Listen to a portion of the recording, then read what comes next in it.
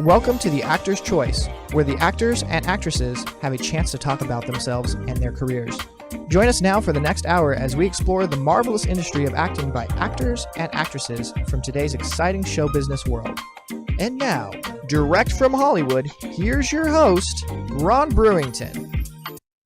Hi, everybody. I'm Ron Brewington, and welcome to The Actor's Choice. Roll it, Tony.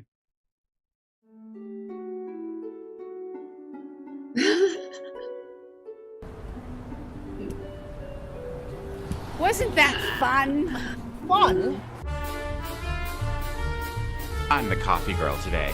The doctor gave me 3 kidneys. Ew. Stop it! I felt it. You're out of your friggin' mind. Hey.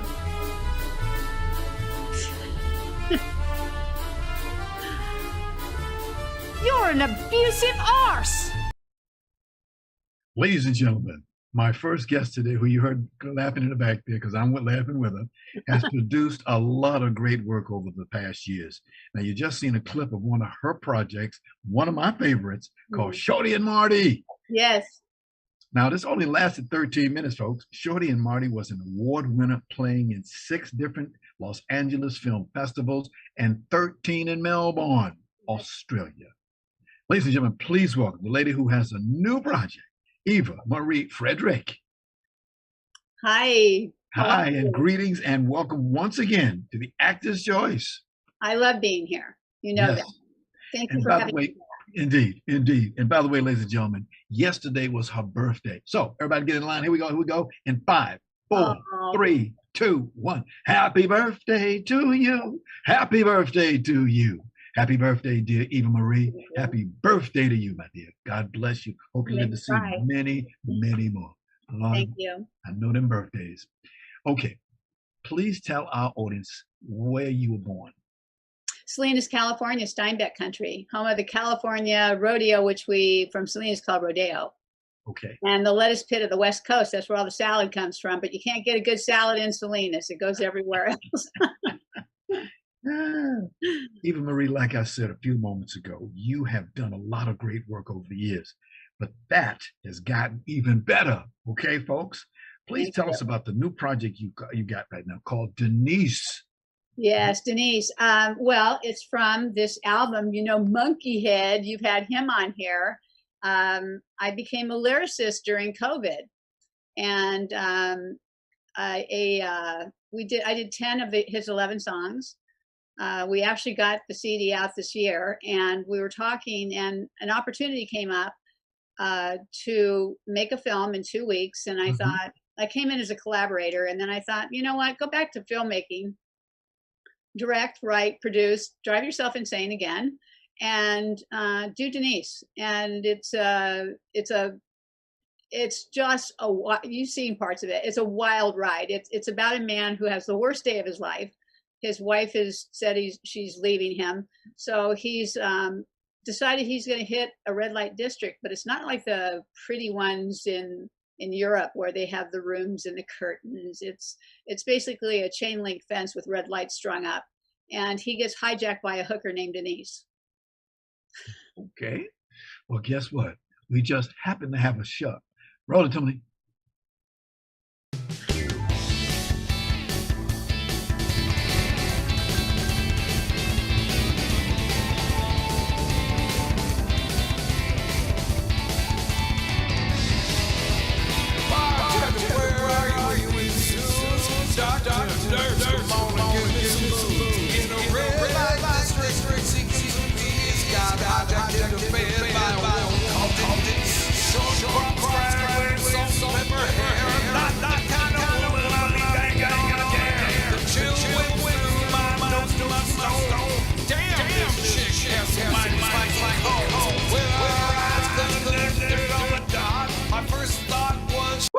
Man, oh man, I'm in here bumping and bumping.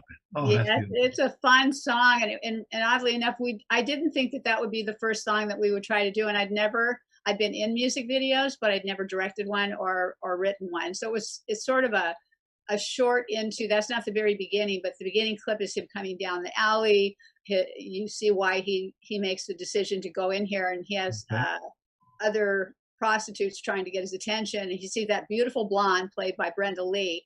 And Paul McKinney is such a really good actor. He's got that malleable face and everyday guy kind of thing. And nothing goes right for him. And then he finds out that it's a cross between, Denise is a sort of a cross between Edward Scissorhands, the innocence of that. And then I was watching the Depp Heard trial like so many were. So I threw a lot of references in and metaphors with that. All right. Now, you did something new that you've never done before. You played around with lyrics. Tell us about that, please. That I played around them? Well, you were.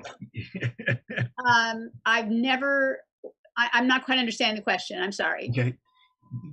Okay, how many times have you been a lyricist on a job? Oh, never, but I've been a poet, and I've written all my life. And oddly enough, I come from a very musical background. I was always told from my music friends that I wrote too long. And Richard T. Bear, who you had on this program, also said, "You're a really good writer. Why don't you do lyrics?" And I expressed that to him, and he said, "Why don't you just do it?" And I thought, you know what? It's a really good piece of advice. Is just do it. Just do it. Don't stop. And the very first song came out so beautifully, and I was lucky to have Frank Symes and Drake did all of the music around my words, which is a very different process than coming in and doing the words to someone's music. So that's how we created the album, and now we're on to the next one. Seriously. Yeah, I gave him 5 songs, so he's not quite on it yet, but he's on tour right now. He's coming back. Okay. Now you had several jobs. You were the writer, the director, the acting. You did it all. Yeah, all the lyrics. You did all. And that. Producing, and yes, and this shoot was particularly difficult because 2 of my hookers had COVID, and I had to replace them. And my lead had a conflict, but I was lucky that an hour before we were supposed to, go before camera, he showed up. So it's one of those things that when you're doing your own thing, it's which I am a firm believer in, a big believer. I realize that for me right now, and oddly enough, my agent called me out of the blue, and they're renegotiating my PSA with the woman that climbs a mountain of cigarettes. It's the antithesis of the Marlboro Man. Yeah. We were talking, and I said, I just want to do things that I wouldn't be cast in. No one would have cast me in Shorty and Marty. No one would have cast me as Denise. I'm also doing Luna, which is another song on the album. I'm playing a Latina. I am part Mexican, but I have to wear some body, tan myself up and change the contours of my body. So I get to play all these different characters that no one would hire me for ordinarily, because we're so into branding, which is stereotyping. And yeah, so it's fun, but it's stressful. Got you.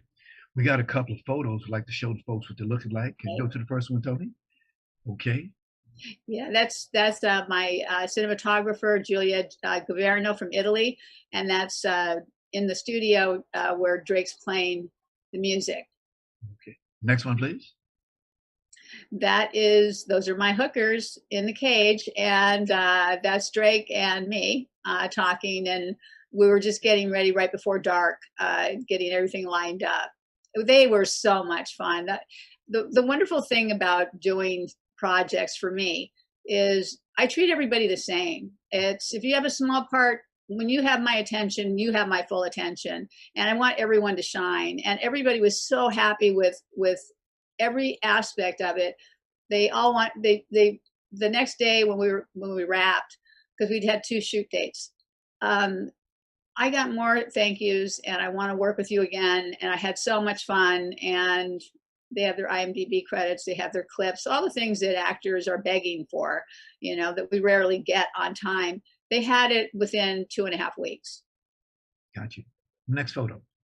There you are. Yeah, right. All tatted up, and those were hard to get off. Those little temporary tattoos. Oh gosh, that was so painful. I tried scrubbing, and finally I realized nail polish remover.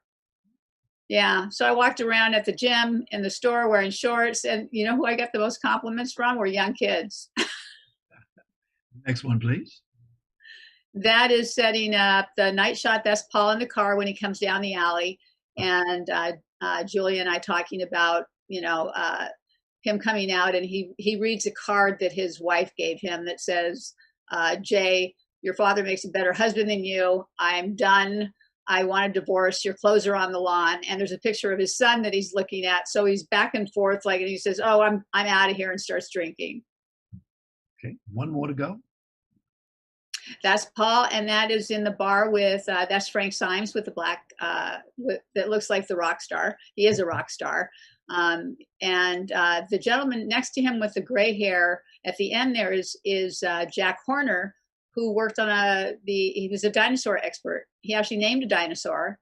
He's a paleontologist, and he is a friend of mine and stepped in just to help out because he was going to be in town. So I was really lucky to have him. He worked in Jurassic Park as the dinosaur expert. Okay. We got some time going here. Please tell us your feelings about how women need to create roles that they normally wouldn't get cast in. I think everybody does. I think it's, I really hate to differentiate, with sex, color, all of it, because I think the focus for me, I know that for women in my age range, or whatever someone perceives my age range to be, or my type, the importance of any actor is not to, I believe, for me, to stereotype yourself, allow other people to stereotype you. Don't let them step on your dreams. That's sometimes the hardest part, because you'll get a lot of no's, or why would you think about doing that, or get another actor to do that. And it's like, I can do that role. It's really important for people to see you. And sometimes it's better. I started doing it early with Shorty and Morty. I was doing it long before it became the norm to do a lot of your own stuff. Yes, I love that. Me too. That to me is almost a romantic duo. And I love Dana. He was most people were shocked that I had a black dwarf as my boyfriend, and he's such a good actor. And then of course, he built my legs, which, your new audience doesn't know, but she was born with no legs. It's the world's most extraordinary homeless couple. And my son built me a crutch leg, so I tied my leg back, and I actually walked on the leg for that one shot. Yeah, so that was a wild experience. And I also got to do the voiceover for the marionette stripper puppet. You're going to do another sequel to this? What is the two you've done already? I've done 2. I've got 24 episodes of their whole town, their whole world. And what I would really, the ultimate goal for me, especially since we have these limited series, is to get in the door with somebody, have somebody just say, come in and let me show them what I have, and said, this would make an awesome limited series. It hasn't been done. It's unique. Okay. You can't cross it with anything else. It's a complete different take on homelessness, and it really is the reality of the homeless. And this couple they come from crazy town, Hollywood. Okay. Their dreams are stuffed down, so they just want to get through the next day. And I think that's kind of everybody's plight, is getting through the next day. At least it's mine. Okay. This video that you just showed us, how can people get it? On my YouTube channel, Eva-Marie Fredric. On YouTube, you can see all of them. You can see your shows too, your past shows. I'm always grateful to be on here, and it shows you it shows you a lot of things that I've done. So you can see it there. You can see it on monkeyhead.com, which is MUNKIHAID, monkeyhead. And the response I've gotten from people, I can't tell you. It's like when you sing happy birthday, it just makes me want to tear up. The response has been so supportive. And I've had several people tell me, I haven't seen a music video like this. And that was the goal. Yes. To make it a cinematic experience. Okay. We got one more clip for Denise. Roll it, Tony.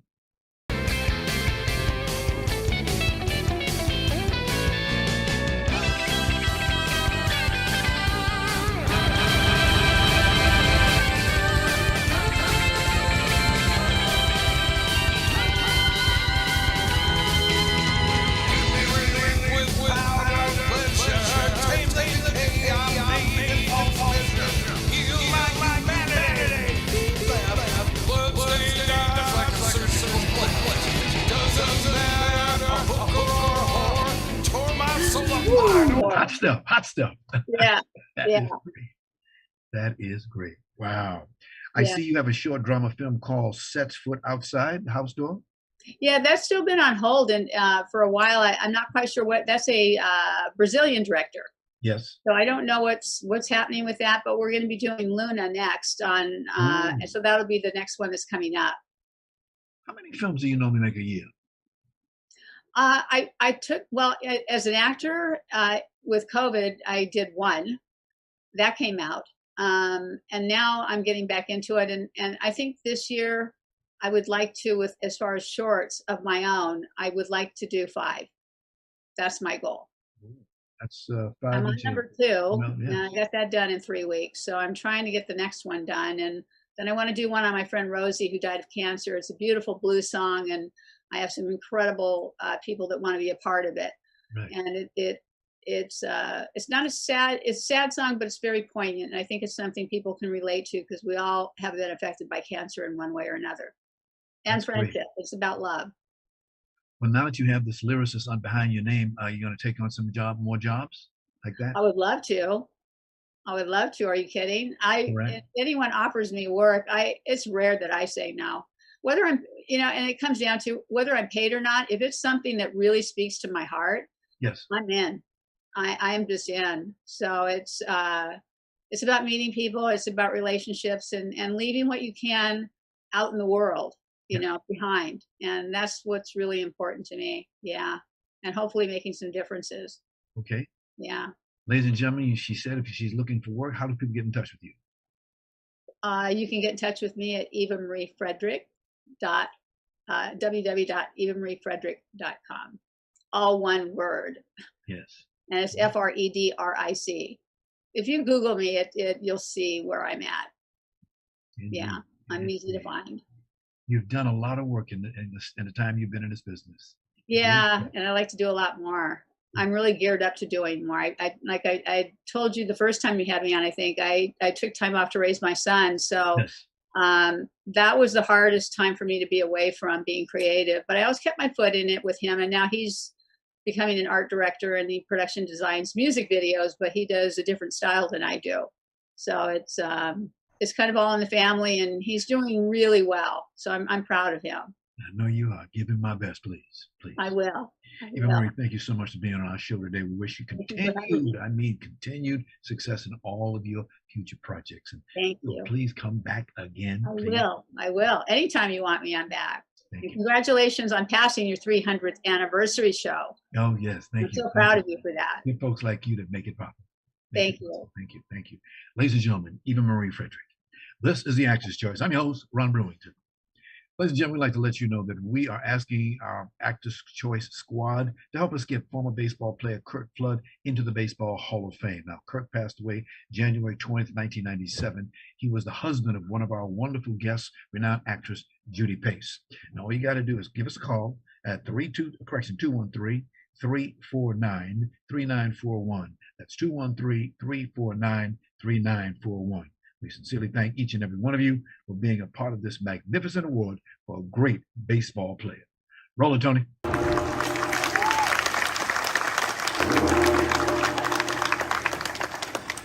The Windsor bell strikes 12. The minute draws on. Now, you hot-blooded gods, assist me. Remember, Jove, you were a bowl for thy Europa. Love set on thy horns. Oh, powerful love! It often makes a beast a man, and more often makes a man a beast. For me, I am here a Windsor stag, and the fattest, I think, in the forest. Ladies and gentlemen, my next guest today is an actor and a producer who's also a trained theater actor and has been so for the past 20-odd years. Not bad, not bad. Now, right now, he's starring, here we go, at the Theatricum Botanicum in Topanga, the current production of The Merry Wives of Windsor, a fantastically loopy, tremendously entertaining stage play, which you just saw a clip of. Ladies and gentlemen, please welcome Jeff Wiesen. Jeff. Ron, how are you? Greetings and welcome to the Actor's Choice. Thank you. It's great to be here. Indeed. Please tell our audience, where were you born? I was born in New York, the state of New York. I see Ron likes that. My parents were New Yorkers, my grandparents going back many, many generations. And but my family relocated me to California when I was quite young, around 4 years old. And I grew up in the San Francisco Bay Area until I went to college at UCLA and became a Los Angelino. But funny thing, you actually find me right now in New York because I'm here on a couple weeks trip. So I bounce around a lot, but born in New York. Short answer. Must be nice. Must be nice. Okay, you've been an actor for a long time, right? Indeed. You have a wife, Erica Lamkin, also in the acting business, right? That's right. I see her. Yes. And I understand that both of you are about to celebrate your 10th anniversary this year. We are. October of this year will be 10 wonderful years of marriage. Outstanding. Outstanding. Got 2 kids, Natalie 5 and Oliver almost 3. That's right. Yeah. Life is busy. All right. Congratulations. Congratulations. We've got Natalie interested in acting as well. Good. She appeared on stage with Erica 2 years in a row at the Theatricum doing Midsummer Night's Dream as a youth fairy. So that was pretty amazing. Outstanding. Wow. Yeah. In the family. In the family. All right. Okay, as they say on with the show, what made you get into acting? You know, it's such a big question, Ron. And I think that it's probably akin to what got you into doing the Actor's Choice. It's something I love. It's something that sort of called to me, something I think I'm good at. And, you know, something that allows me to connect with a lot of people throughout my life, provide joy, tell stories, important stories. And it's something that truly brings me joy. And so I think that, you know, I started doing it at a very young age and I just never wanted to stop. I never wanted to, as Peter Pan would say, I never wanted to really grow up and stop playing imagination. So I didn't. What's it like standing on a stage? What's that? How does it feel? That's the best. You know, I love all forms of acting. I truly do. And I love directing and I love casting and I love every aspect of the entertainment business. But standing on a theater stage, there's nothing like it. It's different every time. I still get the jitters before opening night. I still derive great joy from looking out and seeing a sea of interested people leaning forward and, you know, engaged in with a story that we're telling. And so I think that the feeling is one of just pure connection. You know, that shared energy of storytelling and a real sort of, it gives me energy. Being on a stage gives me a lot of energy and it's so much fun. Okay. Now you spent time in New York City doing theater in New York. Tell us about that. Well, you know, I have not actually had the privilege of doing theater in New York yet. I know I will. I've done a lot in California. I've performed in Kentucky. I've performed in Northern California, Southern California. I've always said I don't think I could live in New York. It's just too busy for me, but I would love to be brought here to do a show. So whoever's watching this, I think I'd love to come here for, 6 months, a year, 2 years, whatever, to do a show would be fantastic. And I've seen theater here all my life. I, in fact, just saw A Strange Loop, the phenomenal show, which won the Tony for Best Musical this year, a couple of days ago. It was remarkable. I saw POTUS on Broadway a couple of days ago. And so I love the New York theater scene. And I would love to be a part of it sometime. The smell of the grease paint, the roar of the crowd. That's right. On Broadway.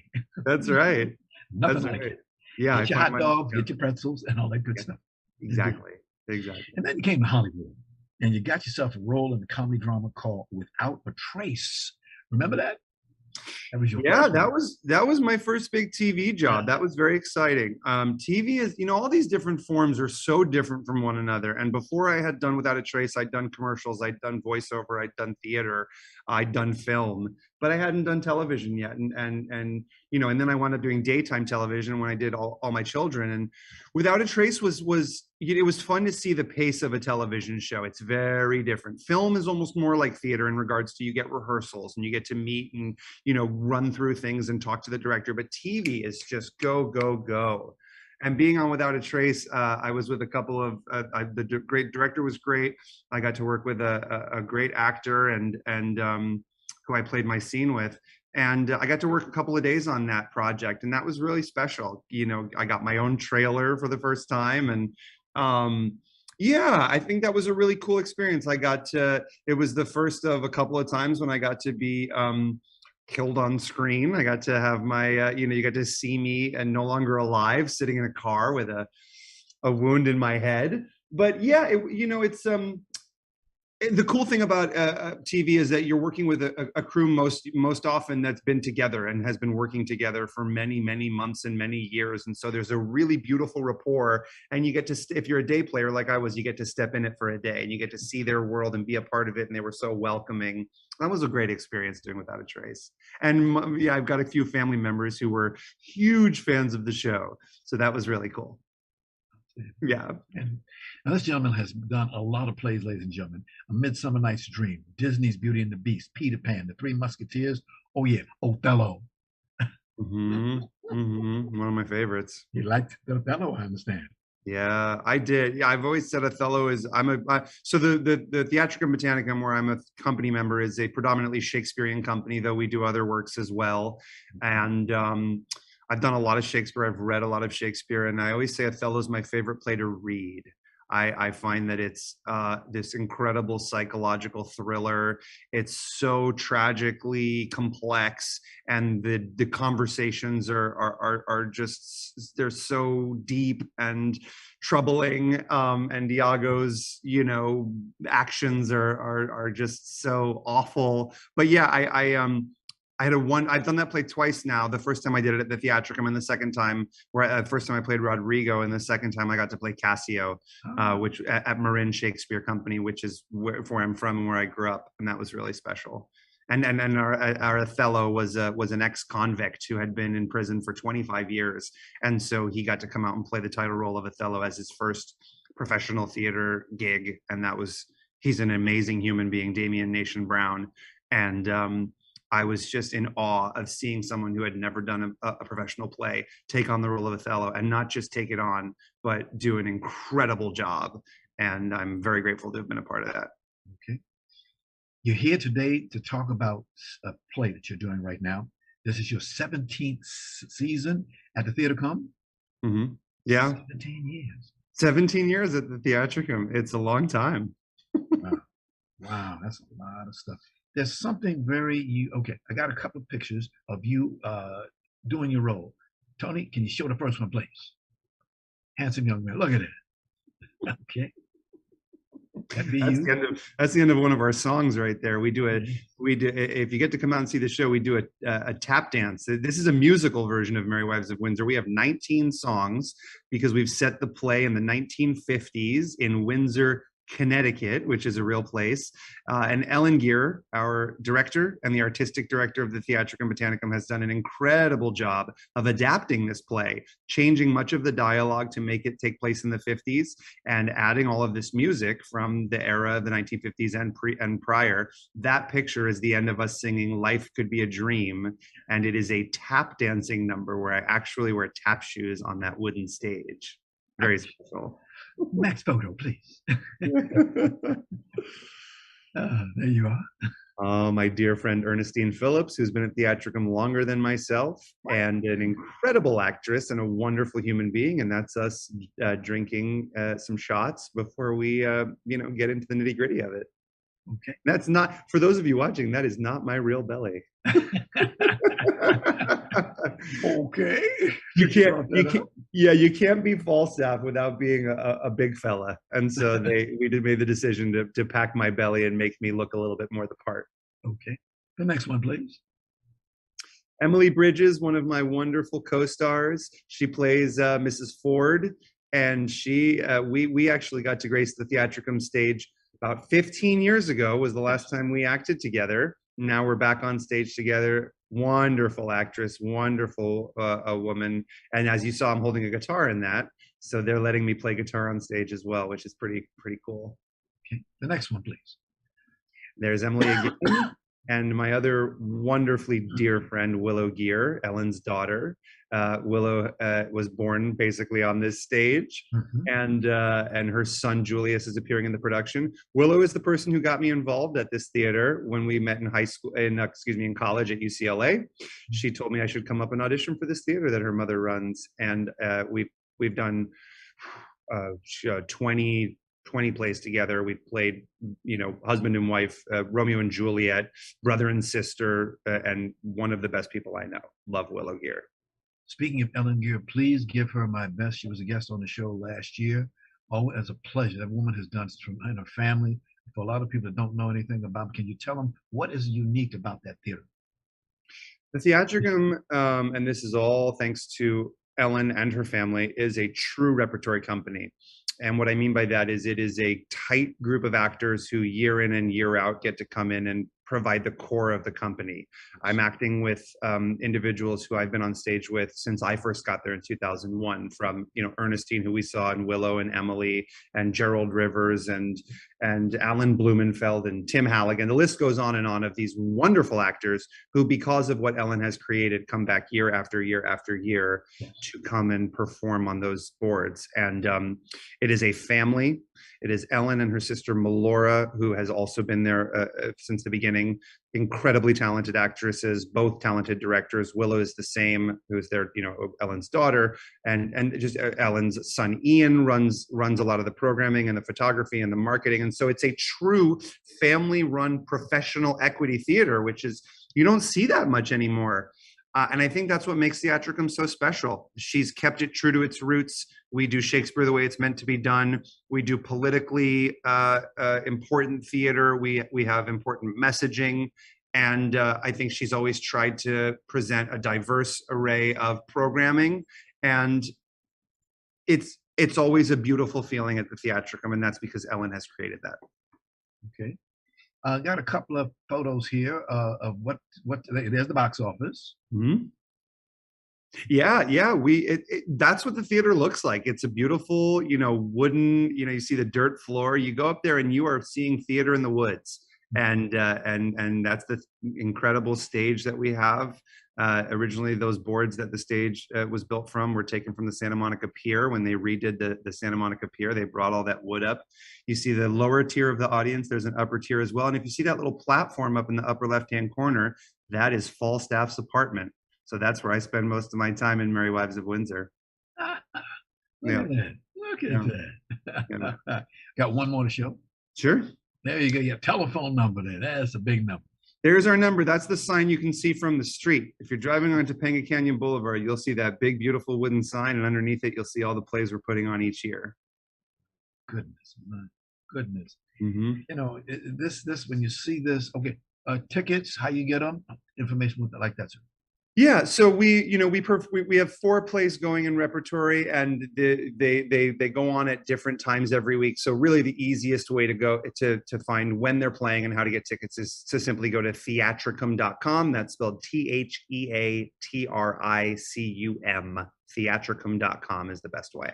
Wow. As you're a stranger to me, but as I look at you, I say, look at that gentleman. He has that look of one who truly enjoys what you do.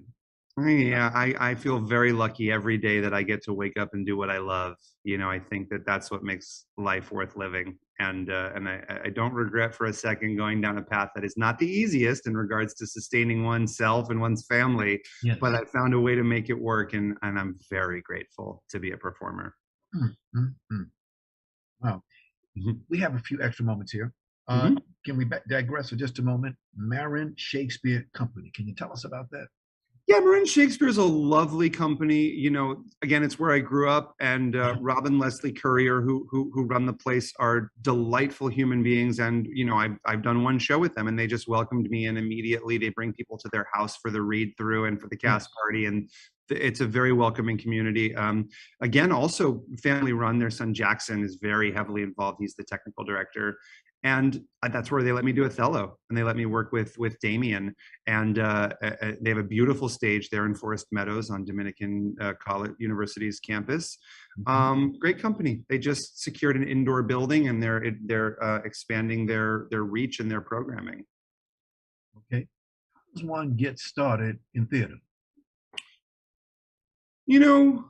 There's thankfully lots of community theater opportunities, which is where I got my start. My mother, Judy Wiesen, played piano for Marilyn Izdebski Productions, which was the woman who directed me from the time I was 9 years old to the time I left for college at age 17. She allowed me to do 30 plus musicals as a kid. I got to play Tommy and Che and Evita and so many other roles, Sing in the Rain, Cosmo Brown, and taught me to be a tap dancer. So I think that community theater is an excellent way to get your feet wet. There's summer camps, there's programs year round, depending on where you are. I advocate for that. And then obviously training programs are great. I went to UCLA's Theater, Film, and Television when Mel Shapiro had just started the program, and that was a really great place. I had some incredible teachers, my Shakespeare teachers, my speech teachers, voice, dance. So I think that getting, there's a few ways of doing it. Go put on your own stuff nowadays with cell phones and whatnot. You can just film each other doing stuff and put it up. You can take classes, you can do community theater. And go watch other people. Go watch other people perform and see what you can learn from watching others. That's the best way to learn, I think. You and I had a chance the other day when we were speaking. I told you about something that I have a bone to pick with some actors. They'll come here to do a film. They'll come here to do theater. They won't do theater. They won't do theater. Why?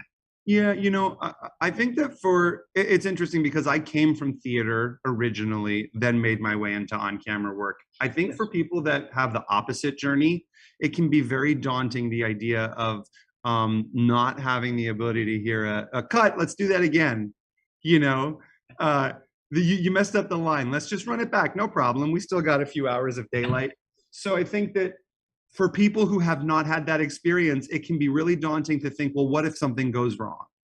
But what I would say to that is, my experiences with all of the theater I've done is that when things go wrong, it is the most fun. And it is the most alive you'll ever be when you're on stage and then a fellow actor goes up, God forbid, or you forgot to bring a prop, or you make your entrance too, or whatever the thing is that you're fearing will be the thing that you look back on and go, wasn't that exciting? Because, and in addition to that feeling, you get to see people's faces, you get to tell stories to people directly in the moment, and you get to see people afterwards. And that live connection is something you don't find anywhere else. You find it here. This is something that pandemics brought us. You find it in this live ability to Zoom, and to talk to someone face to face. That's what it's like to be in a theater, but you got 350 people there, and you get to make a connection with them. And when you're doing Shakespeare, you get to look right in their eyes when you talk to them. That's fun. How do you prepare for getting up on that stage?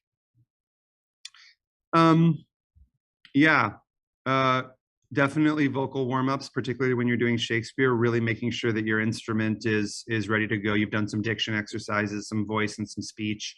That's crucial when you're going to get out there and start speaking Shakespeare's words. Physical preparation, this is a very athletic role, Falstaff. I run all over the stage, plus wearing this big belly. And then I think psychological preparation, going over everything you're going to be doing, making sure it's all fresh in your mind. We do one show every weekend, which is a little unusual. So getting all the dialogue back into your brain and getting all the blocking back into your brain, and just becoming, we get to the theater 2 hours before our shows because we only have one show a week. So getting a chance to really just be on the stage and go through everything and get into that space is really crucial, that headspace. Did you ever at any time be on the stage and forgot your lines? Oh, yes. Many times, many times. Most of the time something comes to me. Something in the general vicinity of what we're talking about, or some version of where I'm supposed to get to. The other thing that happens is a fellow actor will pick you up. Especially, that's another nice thing about a repertory company, is we've all been doing this for so long. You can see in someone else's eyes when they don't know where they're going with something. So a fellow actor picks you up. We all look out for each other, but that is potentially the most terrifying feeling a human being can have, is being on stage and not knowing what you're supposed to say next. It's something. Then you become an expert in ad-libbing. Yes, ad-libbing. Now, the fun thing about ad-libbing with Shakespeare, particularly our play is in prose almost Yes. exclusively, but many of the other Shakespeare shows I've done are in verse. And Yes. when you go up in verse and you're supposed to be ad-libbing, it's a little challenging to do it with iambic pentameter in mind. Although there are a couple of lines you can say of Shakespeare's that come in handy when you don't know what's going on. There's one in particular, "I am amazed and know not what to say," is a great line that scans and will let your fellow actors know, I'm in trouble. I'm in trouble. Okay. Yeah. We do have in this town, and this is a film town, we got all these stages here, theaters here, a lot of them. Mm-hmm. Yeah, I've gotten a chance. I did a play at Boston Court in Pasadena, which we're talking about Los Angeles. Yeah, Boston Court in Pasadena is a wonderful theater. A Noise Within is another great theater that I've not acted at, but many of my friends have been at, and I love seeing stuff there. I love the Music Center. I'm a huge fan of the Mark Taper Forum. I love the Geffen. We have a lot of places to see wonderful theater. You know, the Odyssey in Santa Monica, and so on and so forth. So, when I write my bio for the last 20 years, my last line of my bio has always been "Thank you for supporting LA theater," because I think it's important, and I'm so happy you're doing this and highlighting and elevating LA theater. I think it's great. Actors, you have put up with the pandemic for the last year and a half or so. What's your thoughts about that? I think it was we are, you know, there's a lot of industries that were hit harder than others, and I know that actors definitely are one of them. We didn't get to do what we love. We didn't get to do what gives us lifeblood. We didn't get to do the thing that, you know, we live for. You know, I did a staged reading on Zoom pretty early on in the pandemic, and it was what it was. It was well directed. It was engaging. It was fun, but it's not the same. So, you know, just a week and a half ago was my first time getting to be back on stage doing theater when we opened Merry Wives of Windsor, and it was electric for so many people getting a chance to finally be back on stage. I think that the 2 years we were not allowed to be on stage was really rough, really hard for theater professionals, from actors to stage managers to directors, costume designers. We had nothing to do. I mean, I'm lucky I have another full-time profession. I work in casting as well. I get to do it. I do documentary style casting for commercials. Yeah. All seasons, my goodness. Yeah, and I've been doing that for 10 plus years, and I love that work. It's what you do. I get to interview people and highlight their stories and bring them to campaigns that they get to be a part of. It goes really hand in hand with my acting work, and so I was able to stay busy during pandemic doing that while still missing doing theater and acting and doing film. But I did get to do one job during pandemic. I got to be on Magnum PI when I was in Hawaii. So I did a day player role on Magnum PI, which was really, really fun. Excellent. You said a word that brings joy to my heart, and that is documentaries. Yeah. No, I love documentary storytelling. I love feature-length documentaries. I love documentary shorts.